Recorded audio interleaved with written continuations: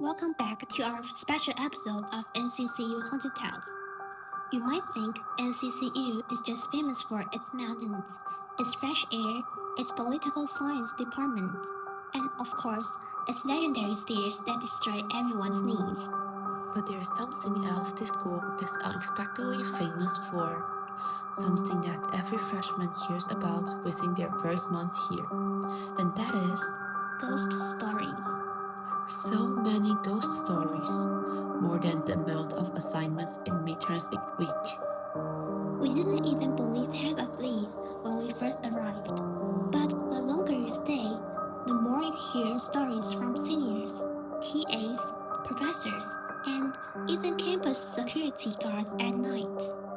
And trust me, when the security guard tells you don't walk that way after midnight, you don't question it, you run. Tonight, we'll be diving into three of NCCU's most well-known supernatural legends. Some creepy, some mysterious, some just straight up bizarre. Grab your snacks, turn off your lights, close your curtains, and maybe don't listen to this alone if you're easily scared. Let's start with our first story. Story 1: The Dorm Incident. Our first story takes place in one of NCCU's older dorms, one that still had wooden bed frame back then. During the semester, it's noisy, lively, and smells like a combination of laundry detergent and instant noodles. But during long breaks, the whole building becomes silent. Lights off, corridors empty, even the vending machine sounds loud. Many years ago, a foreign student lived alone during winter break. Everyone else went home, but he decided to save money and stay on campus. Honestly, same. If I saw tickets price, I'd stay here too. But the student had a medical condition, and one night his health suddenly worsened. He tried to get help, but the building was empty. No one heard him.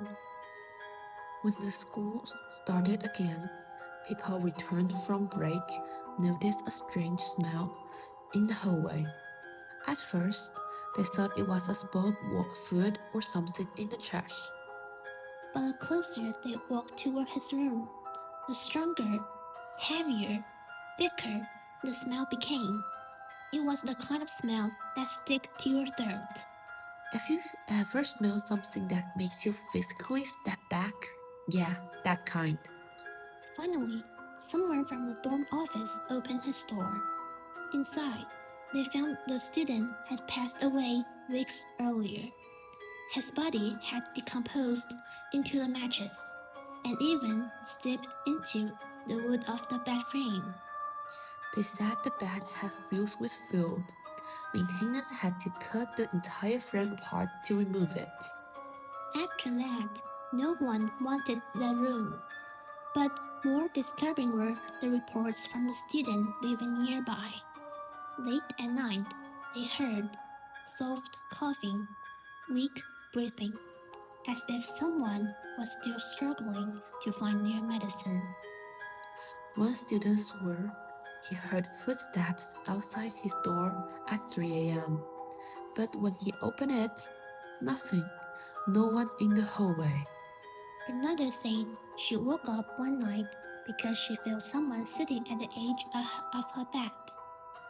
When she looked, nothing moved, but she heard coughing right next to her ear. No, I would pack my suitcase so fast it would look like a jump cut. Some says the student never realized he died. He's still wandering the hallway, trying to ask for help that never came. And that's just the story number 1. The second story, the Zongyuan Building. Now, let's talk about the Zongyuan Building, also known as the General Building. If you ever had class here, you already know one thing. The building makes no sense. It's like someone decided at 3 in the morning, after drinking 10 cans of Red Bulls. Hallways look identical. Classrooms randomly switch numbers, and everyone gets lost at least once. But at night, things get even stranger. We've collected the top 3 stories about this building. Number 1, the elevator that opens by itself. Many students have reported the same phenomenon. Around 10 to 11 p.m., the elevator randomly opened and closed on its own. Especially, always on the fourth floor. You're walking by, exhausted after a night class, and suddenly, ding! The elevator doors open. Empty. No one inside. No footsteps. Sometimes the elevator goes up without anyone in it, stops at floor with no button pressed, or even stays open for way too long, like something invisible is walking in. Campus security once reviewed camera footage, and at least one clip showed the elevator opening with absolutely no one in the hallway. Okay, that's when I stopped taking night classes. Story number 2, Room 751, the freezing classroom. Room 751 is a legend. Even in the hottest summer days, when students are sweating outside, 751 stays freezing. Air conditioner off, windows closed, still freezing. Some students say the code is different, not like AC code, but like someone is breathing down your neck. Students have fainted. Teachers have complained that they can't focus in that room. One professor said it feels like the air pushed back when you walk inside. And here's the creepy part. Outside 751, above the ceiling, is the old rooftop area that several incidents happened decades ago. But the details were never public released, only rumors. Story number 3, the upside down bagua. The third rumor is about the building's architecture. Some students claim the rooftop's shapes form an upside down bagua, In feng shui, that's the worst possible configuration. It traps energy instead of protecting space. which explains why people get lost, why students feel disoriented, and why elevators act up.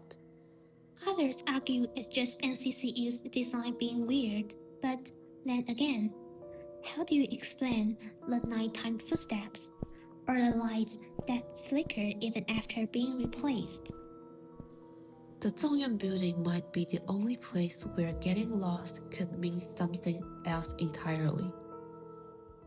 The third story, the purple umbrella. Finally, our last story, the purple umbrella. This one takes place near the International Building. A senior student once stayed late to finish her project. Around 1 a.m., she packed up her laptop and walked toward the building. The night was quiet, wind blowing through the trees, streetlights flickering softly. She was tired but calm until she reached the entrance. That's when an open purple umbrella floated down from above, slowly, gracefully, like someone gently dropped it. She looked up. All the windows were tightly shut. No one could have dropped that umbrella. She felt uneasy, but she was too tired to think. So she stepped over the umbrella and walked inside. She pressed the elevator button. The doors closed, and then soft, old classic music began playing.